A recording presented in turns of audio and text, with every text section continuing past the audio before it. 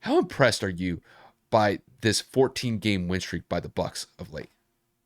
Dude, the Bucks haven't lost since January 21st. They have basically been winning for over a month. That's that's out that's that's a lot of damn games for a long ass time. So I'm looking at this and I'm saying, well, have they really played anybody? Let's go down the list of people they've beaten, shall we? They beat the Suns, albeit the Suns didn't have KD, but Milwaukee didn't have Giannis. They beat the Heat. I'm going to skip the bad teams. So I'm just going to continue to go down good teams, right? So they played the Bulls. They beat the Bulls, obviously. Celtics, Clippers, Lakers, Trailblazers, Heat, Clippers again. Hornets suck. Pelicans still in the race. Pacers suck. They beat the Nuggets. They beat the Pistons. They suck. And the last time they lost, like I said, was against the Cavaliers, which is the top 4 seeded team in the Eastern Conference. They're not beating bums.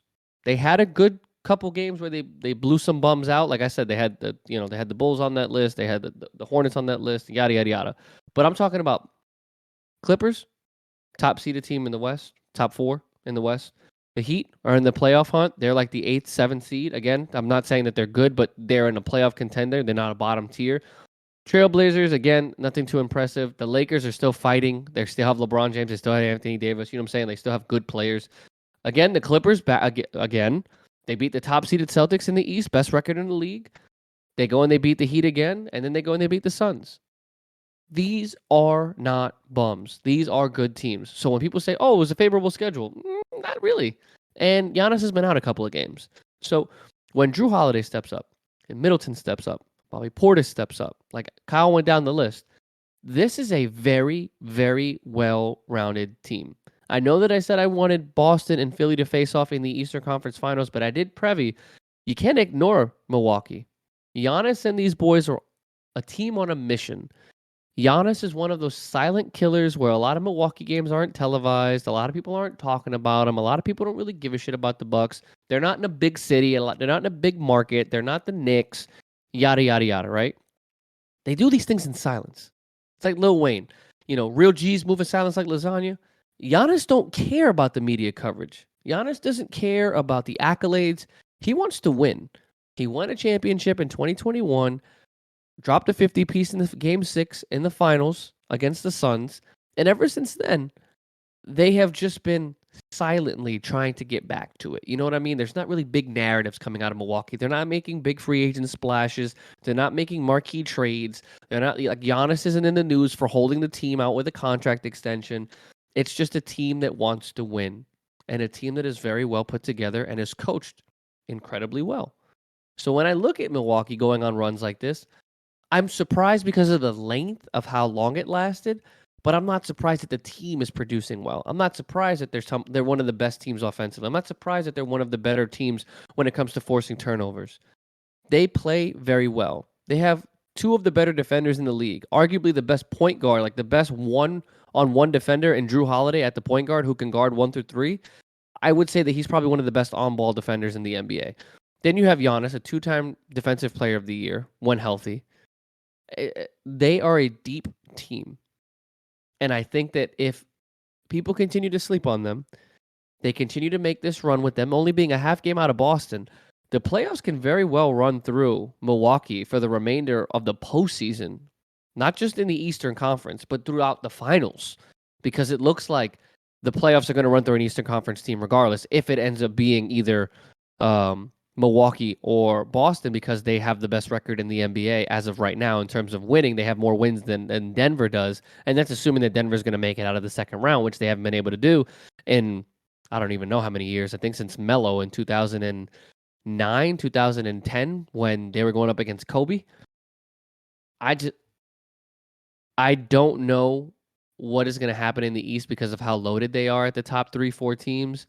But when you have moments like this, when you have a track history like this, if you keep this going into the playoffs, they're going to be the hardest team in the league to stop. And when Giannis gets healthy, I don't know what else to say, man. That man, like I said, is a man on a mission, and he will not be stopped.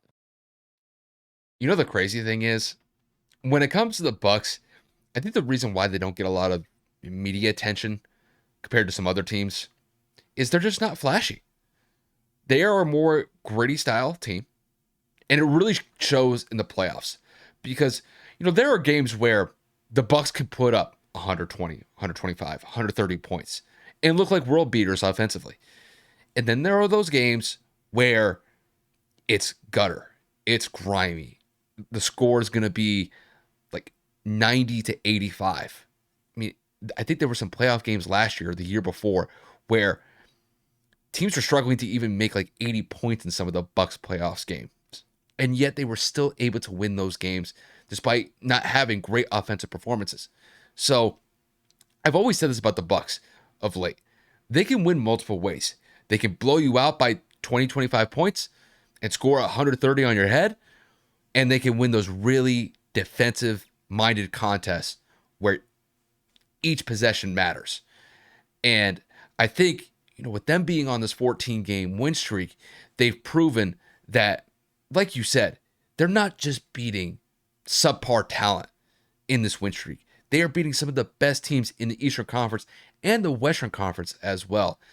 And look, with an opportunity like they have, only a half game behind the Celtics with about 2 months of the season left to go, I think they're in prime position to potentially overtake the Celtics as the number one seed in the Eastern Conference.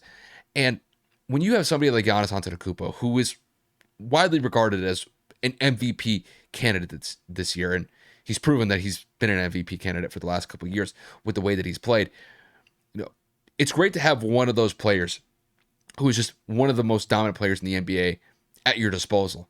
But it's a team effort, and they've been able to get great contributions. Like Kevin outlined, you're getting good games from Jrue Holiday, who is one of the best two-way players in the game.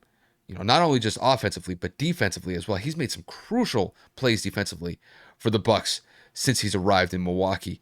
It's just, I would wish he would play a little bit more consistently in the playoffs because he does have this tendency to have some really cold games when it comes to playoff time. If he's able to turn that around in his upcoming playoff stretch, I think that'll serve Milwaukee extremely well going into this upcoming postseason. Chris Middleton is just one of those mid-range killers.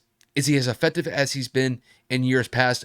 No, but you still have to be able to respect his game in and game out, because he could still go out there and drop 20, 25 points for you alongside with what Giannis can do, being the primary factor offensively. But to me, when it comes to Milwaukee, are they going to be able to effectively play this style of basketball in the playoffs? And in recent history, it hasn't really shown that. They kind of turn into a more defensive-minded team in the playoffs. And it's not to say there's nothing wrong with that. It's just there are some games where you need to be a little bit more offensively minded. And they do have an issue sometimes of getting other players in scoring opportunities outside of Giannis, because there are games where Giannis could carry at least a third of the team's points. And some of the games, Giannis could carry 40% of the team's points. It works out if you're playing good defense on the other side, but if you're not and you're giving up points on the other end, you're going to have other guys that are going to need to step up and contribute. And the biggest thing with me is, if Milwaukee's going to make another finals this year, they're going to have to get good contributions from Giannis. Not going to miss that point entirely, but they're going to have to get some great contributions from their bench. And guys like Grayson Allen can step up and make some big buckets for them, especially late in game, in crucial moments in the game. That's going to be critical. So overall, it's a great stretch that they've been on. 14 games in a row is impressive. I think just the All-Star break being in the middle of this winning streak as well, I think it kind of threw off how impressive this run has been, especially when it comes to just the narrative overall. And like I said, they got about 20 games left to go for the season. It's up to them whether or not they want to go for that number one seed. And like Kev said, have the playoffs in the Eastern Conference run through Milwaukee. They have a great chance to do it, and we'll see whether or not that they could be able to achieve that.